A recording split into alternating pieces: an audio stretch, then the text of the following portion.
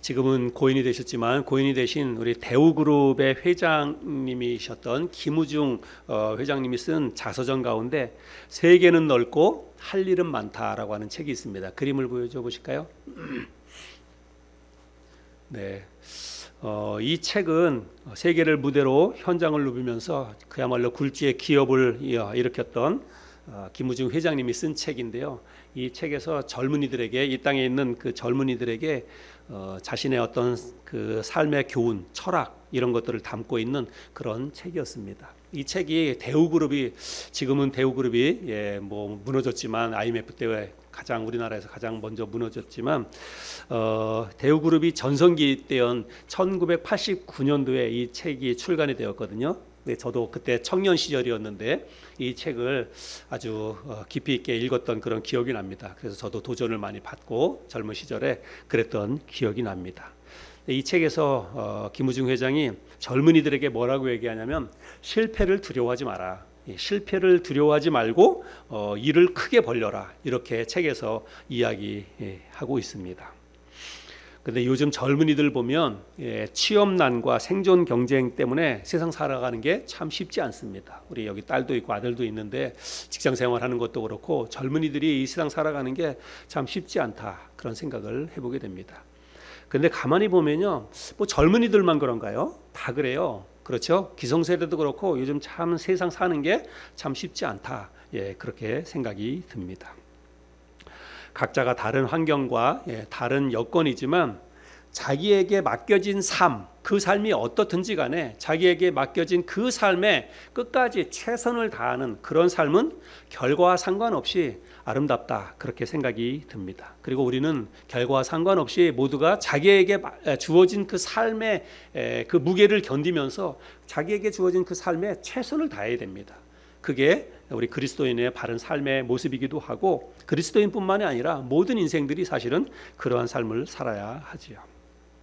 우리가 여호수아 성경을 계속 나눠보고 있는데, 제가 여호수아 성경은 24장까지 되어 있는데 크게 두 부분으로 나눌 수 있다고 말씀을 드렸습니다. 첫 번째는 1장부터 11장까지, 지난주 살펴본 1장부터 11장까지를 한 부분으로 나눌 수 있는데, 1장부터 11장까지는 어떤 얘기를 다루고 있냐면 전쟁 이야기예요. 가나안 땅을 정복해 가면서 치렀던 전쟁 이야기가 기록되어져 있고, 그 다음에 12장부터 24장까지는 어떤 내용이냐면 땅을 정복하고 난 다음에 12지파가 땅을 분배하는 과정, 그리고 분배해서 살아가는 그 이야기들을 기록하고 있습니다. 그래서 12장에 보면 이스라엘 백성들이 땅 분배에 앞서서 이스라엘 백성들이 정복한 땅, 그거를 이제 가르쳐주고 있습니다. 앞으로 이스라엘 백성들이 이제 살아가야 될 그 땅에 대해서 이렇게 쭉 언급을 하고 있습니다. 오늘 우리가 12장을 나누진 않겠지만 이제 그런 내용이 기록되어져 있다는 거예요, 12장에. 그래서 12장을 크게 두 부분으로 나눌 수 있는데, 이스라엘 백성들이 정복해서 살아갈 땅도 역시 크게 두 부분으로 나눌 수 있습니다. 하나는 뭐냐면, 원래 하나님이 이스라엘 백성들에게 주시기로 약속하셨던 땅은 요단강 건너편 가나안 땅이에요. 그런데 요단강을 건너기 전에 요단 동편 땅을 이스라엘의 르우벤 지파와 갓 지파와 므낫세 반 지파, 그래서 이 세 지파가 그 땅을 자기들이 차지해서 살게 해달라고 그렇게 요구를 하지요. 왜 그런 요구를 하게 되냐면, 하나님이 주신 땅은 요단강을 건너가야 돼요. 건너가서 가나안 땅에 들어가서 살아야 되는데, 그들이 왜 그 강 건너기 전에 있었던 땅을 요구했냐면, 그 세 지파가 다른 지파보다 가축이 많았어요. 근데 가축을 기르려면 목초지가 있어야 되잖아요. 근데 요단강 건너기 전에 이미 그 아모리 족속이 차지하고 있었던 땅을 차지하고 보니까 거기에 목초지가 너무 좋은 거예요. 그러니까 그 사람들이 우리는 그냥 하나님이 주신 땅에 가지 않고 여기에 머물러 살겠습니다라고 하면서 그 땅을 요구하게 됩니다. 그래서 사실은 이제 그거는 하나님의 뜻에 원치 않는 것이었는데, 그들이 하도 그렇게 요구하니까 모세가 하나님 앞에 그 뜻을 묻고, 그래서 하나님께서 그렇게 하도록 해가지고 르우벤 지파와 갓 지파와 므낫세 반 지파는 요단 동편 땅에서 살게 됩니다. 어쨌든지 간에 그래서 그것도 이제 이스라엘 백성들이 차지해서 살게 되는 땅이 되고, 그리고 나머지 반, 이제 9지파 반은 요단강 건너편에 있는 그 땅을 정복해서 살게 됩니다. 그래서 12장 1절부터 6절까지는 요단 동편 땅, 모세가 정복한 요단 동편 땅이 어딘지 그거를 쭉 설명하고 있고, 그리고 12장 7절부터 24절까지는 이제 요단강을 건너가서 요단강을 건너가서 치른 전쟁은 누가 정복하는 거예요? 여호수아가 정복하는 것입니다. 여호수아가 중심이 돼서 그 땅을 정복하는 것인데, 여호수아가 정복한 땅에 대해서 이렇게 쭉 설명을 합니다. 그래서 12장에는 어떤 뭐 교훈적인 내용이라고 하기보다는 정복한 땅, 이스라엘 백성들이 살아갈 땅이 어딘가 그거를 설명하고 있기 때문에 제가 설교에서 다루지 않고 이렇게 정리하면서 넘어가도록 하겠습니다. 그 다음에 이제 13장부터가 이제 본격적으로 이스라엘 백성들이 정복해서 살게 되는 가나안 본토에 대한 분배, 그 이야기가 기록되어져 있습니다. 그런데 이스라엘 백성들이 이제 13장부터 해가지고 쭉 가나안 본토 땅을 어떻게 분배해서 살게 되는지, 그들이 정복한 땅에 대해서 쭉 이야기를 하고 있는데, 사실은 가나안 땅을 완전히 다 정복하지는 못했어요. 전쟁을 치러서 정복한다 하더라도 그 땅을 뭐 샅샅이 마을마다 다 정복하지는 못하잖아요. 그래서 정복하지 못한 땅들이 아직도 많이 남아 있었다는 것입니다. 그래서 우리가 그 내용이 1절인데요. 우리 1절 말씀을 같이 한번 읽어보겠습니다. 같이 한번 읽겠습니다. 시작. 여호수아가 나이가 많아 늙음에 여호와께서 그에게 이르시되 너는 나이가 많아 늙었고 얻을 땅이 매우 많이 남아 있도다. 말씀해 보니까 여호수아가 나이가 많아 늙었고 얻을 땅이 아직 많이 남아 있다, 그렇게 말하고 있습니다. 그런데 성경에서 보통 나이가 많아 늙었다라고 하는 것은 그건 그냥 우리처럼 뭐 이렇게 연세가 좀 많이 드셨다 이런 의미가 아니라, 나이가 많아 늙었다라고 하는 것은 임종을 앞두고 있다 이런 의미입니다. 성경에서 이야기할 때는 그래요. 그래서 나중에 보면 이제 여호수아와 갈렙만이 요단 지금 이제 가나안 땅에 들어온 사람 가운데에서 애굽을 떠나왔던 세대는 애굽을 떠나왔었던 세대는 1세대는 다 광야에서 다 죽었어요. 그리고 유일하게 살아서 지금 가나안 땅에 들어온 사람은 여호수아와 갈렙 두 사람밖에는 없습니다. 그 왜 여호수아와 갈렙만 있냐면 정탐꾼으로 12명을 하나님께서 보냈는데 그 가운데서 10명은 부정적인 보고를 하고 여호수아와 갈렙 두 사람만 하나님 앞에 하나님이 주신 땅이니까 우리가 충분히 차지할 수 있습니다, 그렇게 보고했던, 긍정적인 보고를 했던 사람이 두 사람입니다. 그래서 하나님의 뜻을 하나님은 주신다고 약속했었으니까 그 땅이 어떻든지 간에 우리가 가서 차지합시다 이렇게 해야 됐는데, 나머지 10지파에서 차출된 사람들은 그렇게 하지 않았어요. 그래서 부정적인 보고를 했던 그 10지파 사람들 다, 그 사람 12명의 정탐꾼을 10명의 정탐꾼을 포함해서 그 사람들은 다 목숨을 잃고, 긍정적인 보고를 냈던 여호수아와 갈렙만 살아서 가나안 땅에 들어가지요. 그런데 지금 이제 그 많은 세월이 지났어요. 그때가 여호수아와 갈렙이 한 40대 그런 젊은 시절이었는데, 지금은 이미 이제 임종을 앞둔 시기라고 하니까 그러면 여호수아가 대충 나이가 몇이나 됐을까 이렇게 좀 생각해 볼 수 있는데요. 우리가 여호수아의 나이를, 이 지금 성경 당시에 여호수아의 나이를 우리가 확실히 알 수는 없지만, 나중에 보면 갈렙이 자기들이 지파가 차지하고 있었던 땅을 달라고 이야기하면서 그 여호수아가 산지 땅을 달라고 이야기합니다. 그러면서 갈렙이 뭐라고 얘기하냐면, 내 나이가 85세로 돼 내가 충분히 땅을 기경해서 살 수도 있고 적들을 몰아내서 살 수 있으니까 나에게 그 산지 땅을 달라 이렇게 요구를 하죠. 그때 여호수아의 나이가 몇이었냐면 85세였어요. 85세.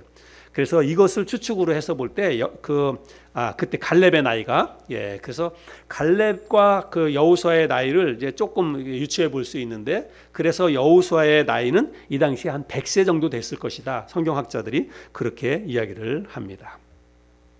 아무튼 이제 가나안 땅의 남부와 북부 등의 이제 중요한 지역은 여호수아가 대부분 정복을 했지만 아직도 정복하지 못한 땅이 많이 남아 있습니다. 아마도 이제 주로 그 해변가 지중해 쪽에 있는 그 해안가 주변에 있는 땅들을 그 당시에 정복을 하지 못했던 것 같습니다. 그런데 하나님은 여호수아에게 뭐라고 얘기하냐면, 아직까지 정복하지 못한 땅이 많이 남아 있을지라도 미리 그 땅까지를 포함해서 미리 땅을 분배하라. 하나님이 그렇게 말씀을 하십니다. 정복하지 못한 땅이라 할지라도 내가 너희에게 다 정복하도록 해줄 테니까 여호수아야, 걱정하지 말고 너 살아있을 동안에 그 땅을 미리 분배해라. 만약에 여호수아가 죽고 나면 그 땅에 대한 분쟁, 이것 때문에 이제 다툼이 생길 게 아니겠어요? 그러니까 미리 여호수아가 죽기 전에 그 땅을 미리 그 분배를 하라, 이렇게 이야기를 합니다. 오늘 본문에 읽었는데요. 우리 2절부터 7절까지를 제가 다시 한번 읽어보겠습니다. 이 남은 땅은 이러하니 블레셋 사람의 모든 지역과 그슬 족속의 모든 지역, 곧 애굽 왕 시월 시내에서부터 가나안 사람에게 속한 북쪽 에그론 경계까지와 블레셋 사람의 5 통치자들의 땅, 곧 가사 족속과 아스돗 족속과 아스골론 족속과 가드 족속과 에그론 족속과 또 남쪽 아위 족속의 땅과 또 가나안 족속의 모든 땅과 시돈 사람에게 속한 모아라와 아모리 족속의 경계 아베까지와 또 그발 족속의 땅과 해 뜨는 곳에 온 레바논 곧 헤브론 산 아래 바알갓에서부터 하맛에 들어가는 곳까지와 또 레바논에서부터 미스르본 마임까지 산지의 모든 주민 곧 시돈 사람의 땅이라. 내가 그들을 이스라엘 자손 앞에서 쫓아내리니 너는 내가 명령한 대로 그 땅을 이스라엘에게 분배하여 기업이 되게 하고, 너는 이 땅을 9지파와 므낫세 반지파에게 나누어 기업이 되게 하라 하셨더라. 그래서 아직까지 차지하지 못한 땅들이 쭉 열거하면서 그 땅도 내가 그들을 이스라엘 앞에서 쫓아내리니 하나님이 이렇게 말씀하십니다. 그래서 걱정하지 말고 내가 나중에 다 정복하게 해줄 테니까 너는 정복하지 못한 땅도 미리 백성들에게 분배하라, 이렇게 이야기를 합니다. 그러면서 그 이후에는 이제 그 지역 이름, 분배해야 될 그 땅의 지역 이름이 쭉 언급이 되고 있는데요. 저는 오늘 이 말씀을 읽고 준비하면서 특별히 1절 말씀을 읽으면서 제가 참 이런저런 생각들이 많이 들었습니다. 1절 말씀에 보면 아직까지도 여호수아가 나이가 많아 늙었는데 정복할 땅이 많이 남아 있었다, 이렇게 이야기를 하지요. 그야말로 할 일은 많은데 몸은 안 따라주고 그런 상황입니다. 저도 시골에서 자랐기 때문에 시골 농부들의 그런 삶을 조금은 압니다. 제가 직접 농사를 짓거나 그러진 않았지만 시골 농부들 보면 일이 진짜 많아요. 그래서 그냥 이렇게 보면은 이렇게 막 바쁜 것 같지 않지만 시골 농부들은요 진짜 쉴 틈이 없습니다. 아침에 일어나서 집 밖으로 나가면 그때부터 그냥 일거리가 널려 있는 거예요. 그래서 하루 종일 땡볕에 나가서 일을 해야 됩니다. 풀도 매야 되고 곡식도 같은 거 쓰러진 것도 세워줘야 되고 비료주고 농약 주고 하여간 그냥 걷어들일 때까지 쉴 틈이 없이 그렇게 일을 합니다. 그런데 농부들은요 오늘 일을 하다가 오늘 다 못 끝내면 그냥 그대로 놔두고 그냥 집으로 옵니다. 해가 넘어가면 그대로 놔두고 그냥 와요. 어떤 때는 그냥 거기서 일하던 그냥 농기구 같은 것들도 논밭에다 그냥 놔두고 그냥 옵니다.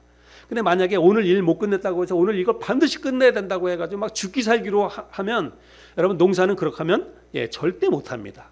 그래서 오늘 못하면 그냥 내일 하고 또 내일 못하면 그 다음날 하고 그런 마음으로 여유를 가지고 농사를 지어야 농사가 되지 그냥 오늘 다 끝내야 되는 것처럼 막 죽기 살기로 매달리면 그냥 골병 들어서 농사를 지을 수가 없어요. 그래서 농부들 보면 이렇게 겉으로 볼 때는 그냥 슬렁슬렁 논에 왔다 갔다 하고 그러는 것 같지만요 그냥 바쁘게 하루하루 살아가는 것입니다. 그래서 오늘 못하면 또 내일 하면 되지, 이런 심정을 가지고 농사를 짓는 거예요.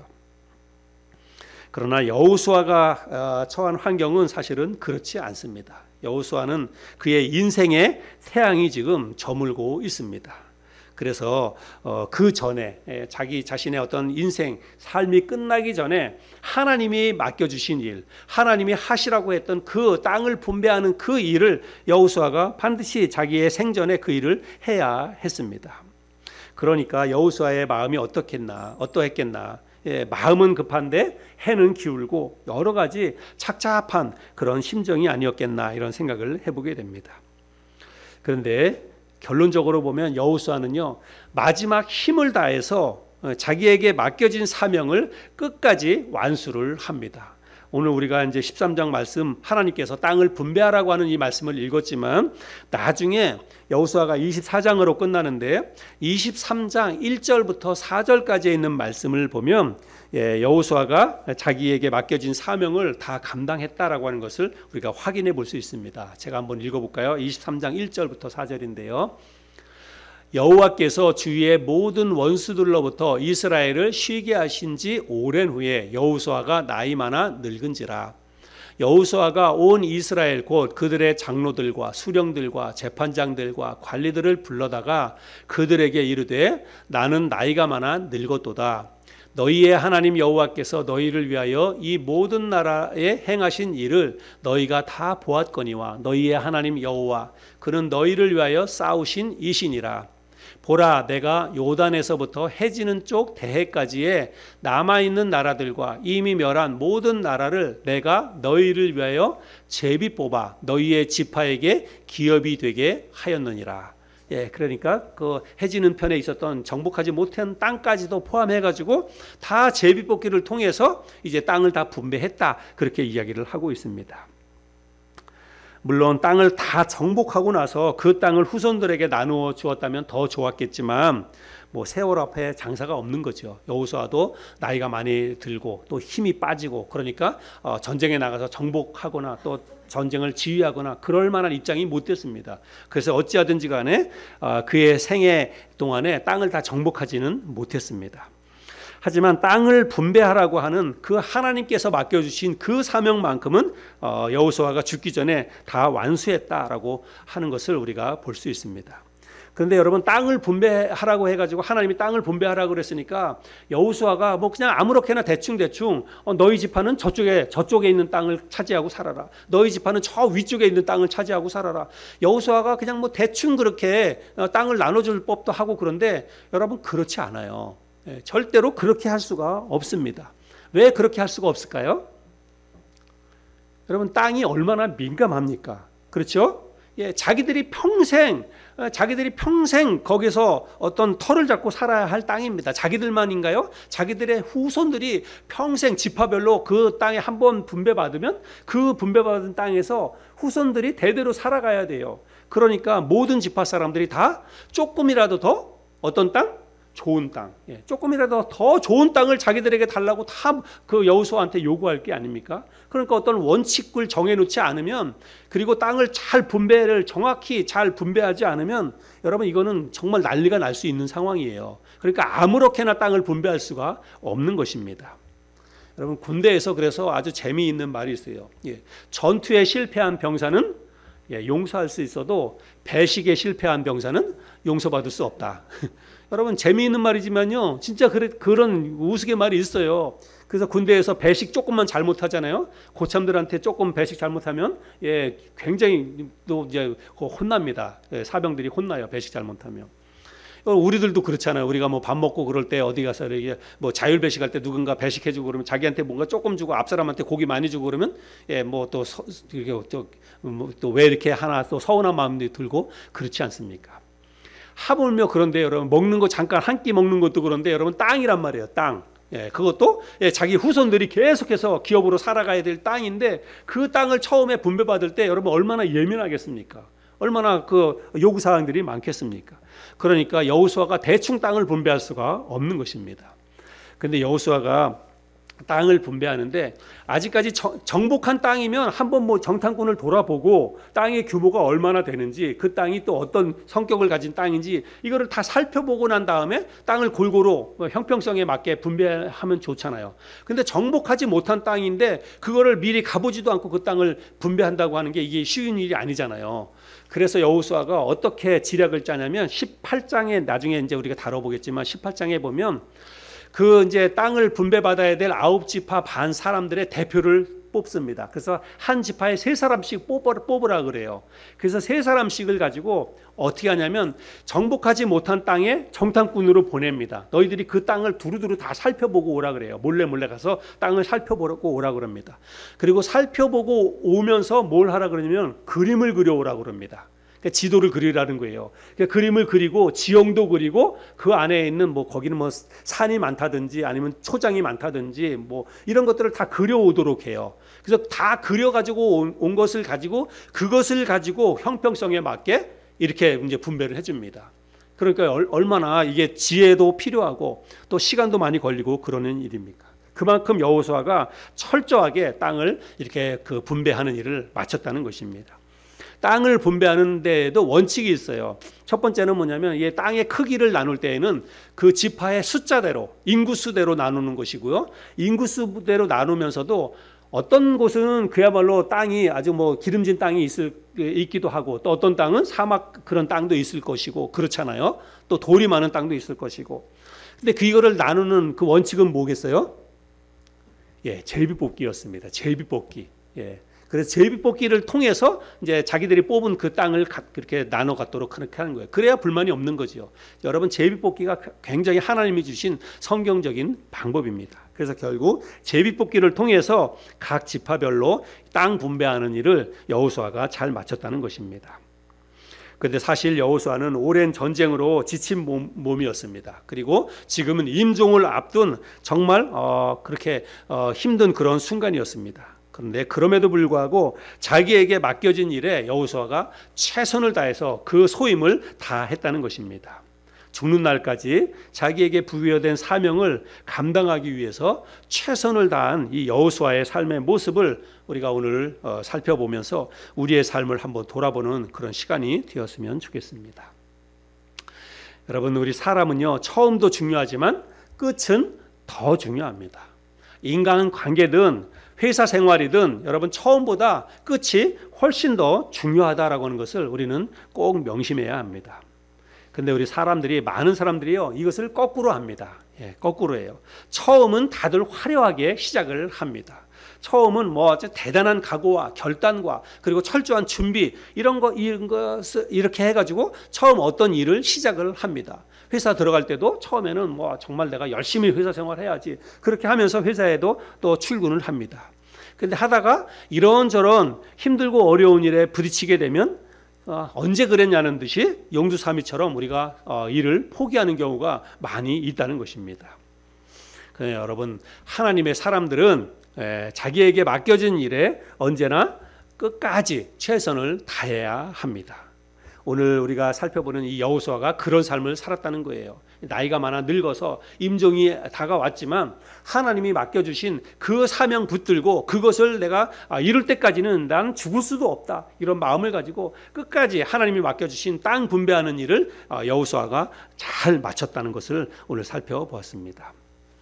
근데 오늘 살펴보는 이 여호수아도 그랬지만 사실 여호수아보다 이런 일에 있어서 훨씬 더 우리에게 본을 보인 그런 사람이 있어요. 그 사람이 누군가 하면 바로 모세입니다. 모세. 여러분, 모세는요 가나안 땅을 그 발을 디뎌보지도 못했어요. 그렇죠? 모세는요 가나안 땅을 그 꿈에도 그리던 그 가나안 땅, 하나님이 모세에게 약속으로 주셨던 그 가나안 땅을 모세는 들어가지도 못하고 발을 들여보지도 못하고 먼 발치에서 저 느보산 정상 꼭대기에 올라서 그 땅을 바라보기만 했습니다. 정말 적과 꿀이 흐르는 약속의 땅, 하나님이 주신 그 아름다운 약속의 땅을 바라보기만 하고 그만 생을 요단강 그 동편 땅에서 생을 마감하고 말았습니다. 그리고 자신이 그 가나안 땅에 들어가지 못할 것이라는 사실을 그 모세는 진작부터 알고 있었어요. 그런데 그럼에도 불구하고 자기는 그 가나안 땅에 들어가지도 못하는 것을 알면서도 그 가나안 땅 바로 입구까지 이스라엘 백성들을 이끌고 가나안 땅을 거기에 정복하기 전까지 그에게 맡겨주신 그 일을 그가 충실하게 잘 감당했다는 사실입니다. 우리 이런 말씀이 신명기에 기록되어져 있는데요. 우리 자매님께서 신명기 32장 48절부터 52절까지 말씀을 한번 좀 읽어주시면 감사하겠습니다. 바로 그날에 여호와께서 모세에게 말씀하여 이르시되 너는 여리고 맞은편 모압 땅에 있는 아바림 산에 올라가 느보산에 이르러 내가 이스라엘 자손에게 기업으로 주는 가나안 땅을 바라보라. 내 형 아론이 호르산에서 죽어 그의 조상에게로 돌아간 것 같이 너도 올라가는 이 산에서 죽어 네 조상에게로 돌아가리니 이는 너희가 신 광야 가데스의 무리바 물가에서 이스라엘 자손 중 내게 범죄하여 내 거룩함을 이스라엘 자손 중에서 나타내지 아니한 까닭이라. 네가 비록 내가 이스라엘 자손에게 주는 땅을 맞은편에서 바라보기는 하려니와 그리로 들어가지는 못하리라 하시니라. 네. 여기 말씀해 보니까 너는 그 땅을 바라보기는 하겠지만 그리로 들어가지는 못하리라. 가나안 땅에 들어가지 못한다. 하나님이 그렇게 말씀을 하셨어요. 이때 모세가 여러분 얼마나 실망이 컸겠습니까? 모세가 얼마나 맥이 빠졌겠습니까? 그러나 모세는요, 그때 하나님으로부터 그런 말씀을 들었지만 전혀 흔들림 없이 백성들을 이끌고 그 가나안 땅을 들어가기 전까지 거기까지 진군하는데 모세가 최선을 다해서 그 일을 감당했다라고 하는 것을 우리는 성경을 통해서 볼 수 있습니다. 여러분, 이런 것이 바로 하나님의 사람들이 가져야 될 삶의 태도라고 하는 거예요. 자기에게 맡겨진 그 사명, 자기에게 맡겨진 그 일이 무엇이든지 간에 그 일을 감당하려면 여러 가지 힘들고 어려운 일도 있을 것이고 내 감정의 기복도 있을 것이고 또 환경의 변화도 있을 것이고 그렇겠지만 그 모든 것을 뒤로하고 자기에게 맡겨진 그 사명을 끝까지 잘 감당하는 것이 바로 하나님의 사람들이 가져야 될 삶의 태도라고 하는 것입니다. 또 다른 이런 면에 있어서 우리가 본받아야 될 또 다른 한 사람을 이야기하지 않을 수가 없습니다. 여러분, 이 사람은 사도 바울입니다. 신약성경에 기록된 사도 바울입니다. 사도 바울은 우리가 아는 것처럼 이방인의 사도로 하나님의 부르심을 받은 그 날부터 시작해서 그의 모든 것을 걸고 하나님께서 맡겨주신 복음 전도하는 일에 일생을 바쳤던 사람이 바로 사도 바울이지요. 그는 죽을 고비도 수없이 많이 넘겼습니다. 감옥에도 몇 번이나 갇혔습니다. 여러분, 매도요, 죽을 만큼 매도 많이 맞았어요. 근데 그 모든 일이 어떤 것 때문에 그러냐면 복음 전하는 일 때문에, 자기 자신의 어떤 그 삶을 위해서, 자기 자신의 어떤 명예를 위해서 그런 일을 당한 것이 아니라 오직 하나님의 복음을 전하는 그 일에 그가 죽을 고비도 수없이 많이 넘기고 매도 맞고 감옥에도 갇히고 이런 일들을 그가 겪었다는 것입니다. 그런 가운데에서도 그는 끝까지 하나님이 맡겨주신 이 전도의 사명을 감당했는데, 바울이 3차 전도 여행을 마치고 이제 예루살렘으로 돌아와야 하는데, 에베소에서 예루살렘으로 돌아오기 전에 이제는 내가 예루살렘에 돌아갔다가 로마에 한번 가면 내가 다시는 이 에베소 지역, 에베소라고 하면 1차, 2차 그다음에 그 선교 여행을 할 당시에 아주 큰 교두보 같은 역할을 했던 그런 선교지입니다. 사도 바울이 여러 교회를 세웠던 그런 교회가 지역이 에베소인데, 그 에베소에 이방인의 그 장로들을 다 불러 모읍니다. 자기가 복음을 전해서 교회를 세웠던 교회의 지도자들을 그곳에 다 불러 모아요, 에베소에. 그래서 거기에서 마지막으로 이제 고별 설교를 합니다. 그래서 고별 설교를 마치고 나서 이제 예루살렘을 향해서 가야 되는데, 그때 에베소에 모였던 많은 장로들, 그 교회 지도자들입니다. 지도자들이 바울에게 예루살렘으로 돌아가지 말라고 만류를 합니다. 가지 말라고 이야기를 하는 거예요. 예루살렘을 가지 말라고. 왜 가지 말라고 얘기하냐면, 당신이 지금 예루살렘으로 가면 당신을 기다리고 있는 많은 그 유대인 지도자들이 있는데 당신을 잡아다가 감옥에 가둘 것입니다. 그리고 당신이 마치 예수님이 그 십자가에 못 박혀 죽은 것처럼 당신도 저들에 의해서 죽임을 당할 수 있습니다. 그 위협이 있고 이미 그런 소문이 다 퍼졌으니까 사도 바울을 잡아서 죽이려고 하는 이런 사람들이 눈을 뻘겋게 뜨고 있는 그런 상황이거든요. 그러니까 그때 가지 말라고 그렇게 이야기를 하는 것입니다. 그런데 그때 사도 바울이 그런 만류하는 그런 장로들의 이야기를 듣고 유명한 말을 하죠. 우리가 다 알고 있는 말인데, 사도행전 20장 34절 말씀인데 우리 같이 한번 읽어볼까요? 사도행전 20장 24절입니다. 같이 시작. 내가 달려갈 길과 주 예수께 받은 사명 곧 하나님의 은혜의 복음을 증언하는 일을 마치려 하면은 나의 생명조차 조금도 귀한 것으로 여기지 아니하노라. 주 예수께 받은 사명 곧 하나님의 은혜의 복음을 전하는 일을 위해서는 내 생명도 조금 더 귀한 것으로 여기지 아니하노라. 이렇게 이야기를 하고 있습니다. 여러분, 하나님의 사람들은요, 어떻게 사느냐보다 무엇을 위해 사느냐를 더 생각하면서 살아야 합니다. 우리의 인생의 목적, 내 삶의 방향을 명확히 하고 살아야 한다는 말입니다. 우리 그리스도인들은요, 단지 이 땅에서 먹을 것을 위해서, 단지 돈을 좀 많이 벌기 위해서만 살아서는 안 된다는 거예요. 조금 더 안정적인 삶, 조금 더 평안한 삶을 위해서만 사는 게 아니라 어떻게 하면 나의 이 삶을 통해서 하나님의 이름을 드러내고 하나님 앞에 영광을 돌리는 그런 삶을 살 수 있을까? 어떻게 하면 나의 삶을 통해서 나를 구원해 주신 그 하나님의 은혜, 그 하나님의 사랑에 감사하고 그 하나님의 은혜를 다른 사람들과 좀 나눌 수 있을까? 다른 사람들에게 조금 이 사실을 전할 수 있을까? 우리가 이런 거에 삶의 목적을 두고 우리가 인생을 살아야 한다는 것입니다.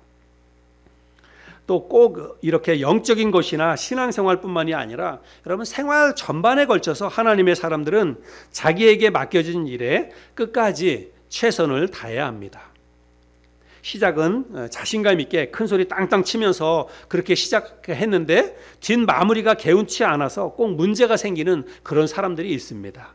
우리 그리스도인들은 그런 삶을 살면 안 됩니다. 그러면 타인에게 인정을 받을 수 없어요. 신뢰를 받을 수 없습니다.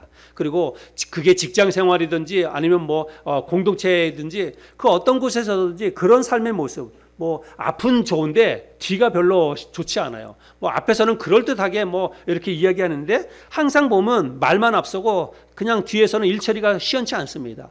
여러분, 그렇게 하면요, 우리가 신뢰를 얻을 수가 없습니다. 그리고 그런 그리스도인들은 하나님의 영광을 드러내는 게 아니라 하나님의 영광을 삶에서 가리게 된다는 것입니다. 여러분들이 아시는 것처럼 제가 편의점에서 주중에 아르바이트를 좀 하고 있죠. 네, 편의점에서 아르바이트 하는데 제가 보니까 제가 이 아르바이트를 만 12년을 했습니다. 예, 만 12년 벌써 그렇게 됐어요. 예, 교회 개척해가지고 전도 어떻게 하면 전도를 할 수 있을까 막 고민하다가 그렇게 시작을 하게 됐는데, 예, 2012년, 예, 2012년, 13년 그때부터 시작했거든요.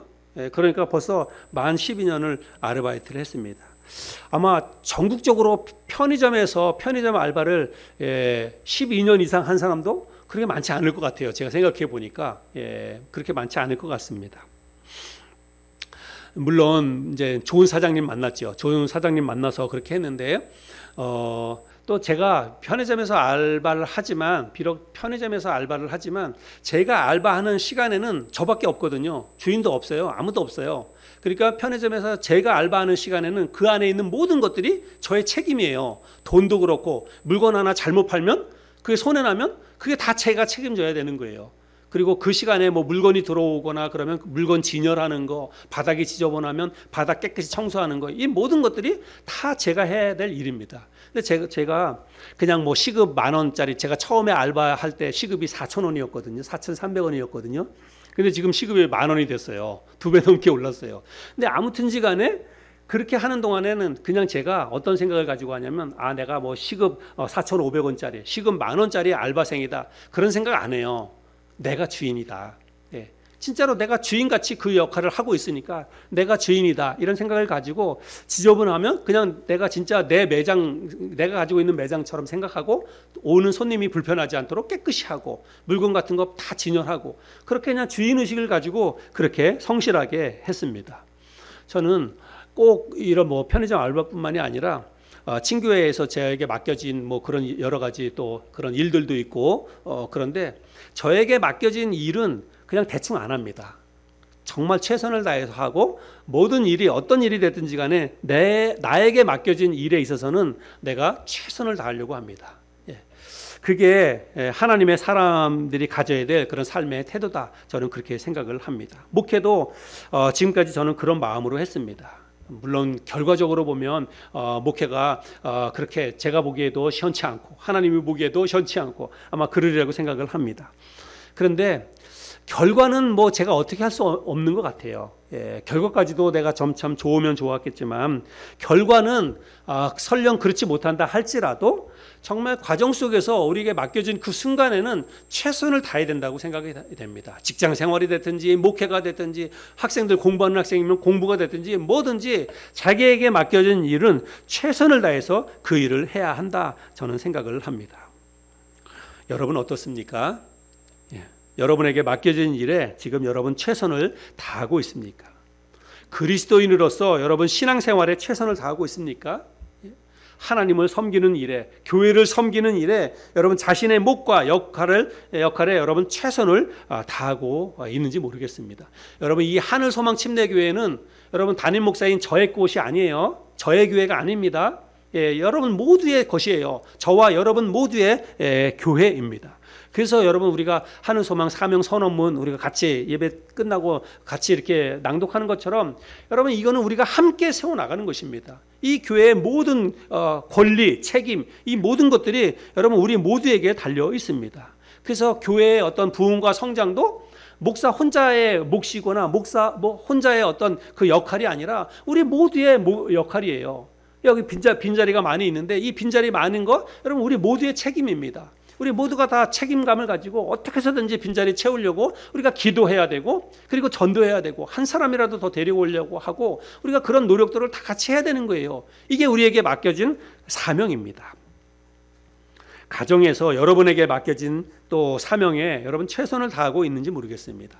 부모면 부모로서, 또 가장이면 가장으로, 엄마면 엄마로서, 자녀는 자녀로서 각자의 역할과 각자의 그런 또 어떤 해야 할 일이 있다는 것입니다. 그 역할에 여러분 최선을 다하시기 바랍니다. 가정에서 여러분에게 주어진 그 그거를 여러분 최선을 다하시길 바랍니다. 또 여기 직장 생활 하시는 분들도 계시는데 직장에서 그냥 대충 눈치 보면서 따박따박 월급이나 받으려고 하는 여러분 그런 생각 가지고 직장 생활하면 절대 안 됩니다. 우리 그리스도인들은요 직장 생활도 최선을 다해서 해야 돼요. 내가 어떻게 해서든지 직장에 어떤 경제적으로 이익을 가져다 주는 그런 역할, 내가 월급을 받으면 받은 만큼은 내가 최선을 다해서 일을 해야 되겠다, 이런 생각을 가지고 열심히 해야 됩니다. 상사들 눈치 보고 누가 보면 잘하고 그렇지 않으면 그냥 대충 하고, 여러분 그렇게 직장 생활하는 것은 그리스도인의 삶의 모습이 아닙니다. 그리스도인들은 사업이 됐든지 직장이 됐든지 맡겨진 일에 맡겨진 위치에서 최선을 다해야 됩니다. 그게 곧 하나님의 영광을 드러내는 삶이에요. 내가 그리스도인이라고 하는 신분을 드러냈는데 여러분 일을 대충 해보세요. 교회 다니는 놈이 정말 저래, 교회 다니는 사람이 왜 저래? 사람들이 그렇게 비방을 합니다. 그러면 결국 하나님이 그 욕을 먹게 되는 거예요. 그래서 여러분에게 맡겨진 그 위치에서 여러분에 맡겨진 그 일들을 여러분 최선을 다해서 잘 감당해낼 수 있기를 바랍니다. 오늘 우리가 사명을 다하는 삶이라는 제목으로 이 여호수아의 마지막 삶에 대해서 함께 살펴보았습니다. 여호수아는 나이가 많아 늙어서 임종을 앞둔 그런 시점이었지만 하나님께서 분부하신 그 땅을 분배하라고 하는 그 사명을 끝까지 최선을 다해서 감당했다는 사실을 살펴보았습니다. 우리에게도 맡겨진 사명이 있습니다. 가정에서는 부모로서 혹은 남편으로, 아내로 또는 자녀로서 맡겨진 사명들이 다 있습니다. 그 사명을 최선을 다해서 감당할 수 있길 바라고, 또 직장에서 그리고 우리 교회에서 우리에게 맡겨진 책임과 역할, 여러분 그 일에 우리가 충성을 다할 수 있기를 바랍니다. 그러한 삶을 살아가는 사람들이 하나님의 사람들이고, 또 그런 삶을 살아가는 사람들에게 하나님께서 이 땅에 기름진 것으로도 복을 주시리라고 믿습니다. 저 여러분의 삶 가운데 맡겨진 일에 충성을 다해서 하나님으로부터 복을 누리는 그런 저와 여러분들이 될 수 있기를 바랍니다.